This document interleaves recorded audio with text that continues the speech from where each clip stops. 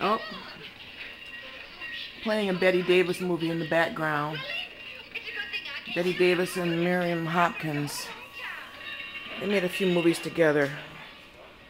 I think they hated each other's guts. Uh, anyway, I either play that or some other old black and white movie. I started a new painting, big one, 60 by 48. And I did it because I saw something about the recession. And thinking, well, I'm not going to sell it anyway. Haha. So I started looking at some of the other big ones I've got. They're not really all that big when you compare them to big paintings, but I wanted to take this particular series and do more of them.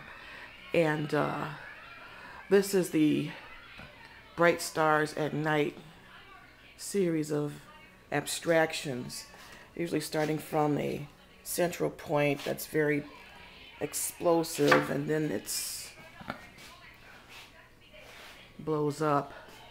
And this one's maybe a little bit more visually demonstrative in terms of there's the dark night and the bright lights coming from artificial surfaces and situations. So I started this one. I had this one big canvas left. I've got to go buy some more when I have the time. I usually buy them in batches of 5. And I started on the wall, but I didn't want to deal with the uncontrolled drip, so I put it on the floor like I started that one. And also this one, which I showed before. So I started by pouring the paint on. And I mixed up some batches of color. And I kind of like that, but it's too Frankenthalerish for me. So what I do is I start to, first I have to get a grip. Get a grip. There it is. And let the paint roll. Let it flow. Just to the end of the canvas. Stop. And then I go around to the other side. Excuse my and I let that roll like that. I don't mind if it gets on the floor. This is a cement floor that I can paint over. And then to get the kind of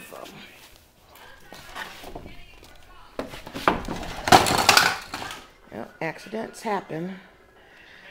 So this way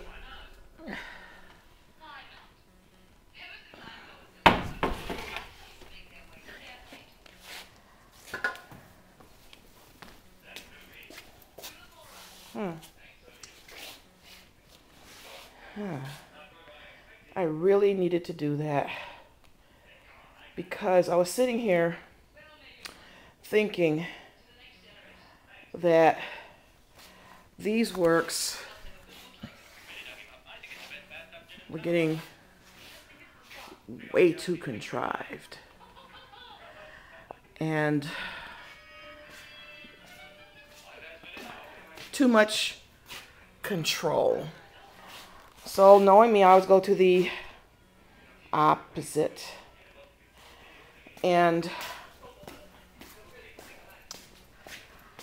I will put the fan on so I can dry it quickly.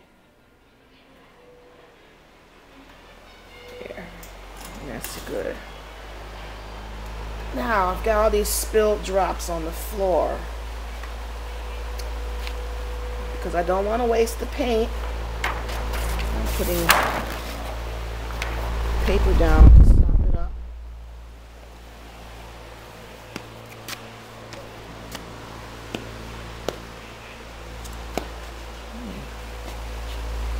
Let's get another sheet.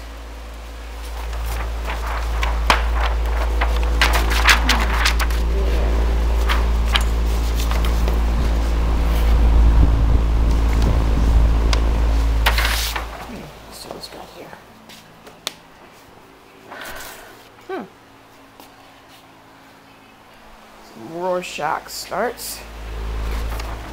And now, before I would have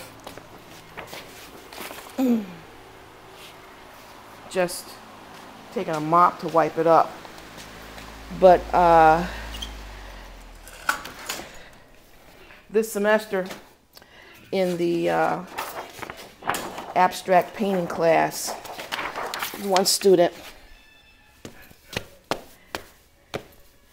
spilt a whole bucket full of paint, and then she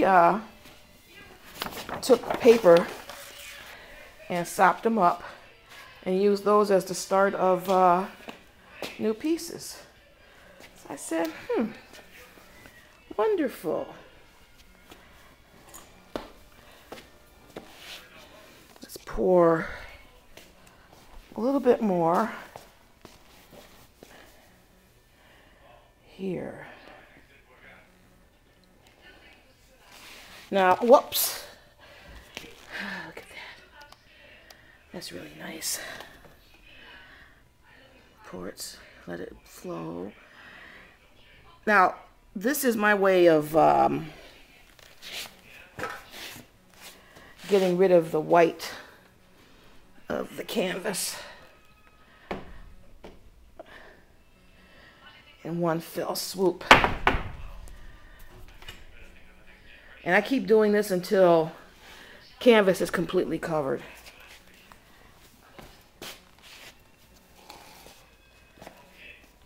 So a lot of this will not be seen when the painting is completely done. I kind of like the way that funny red and that funny green turned into this funny purple. Let's put a piece of paper on that.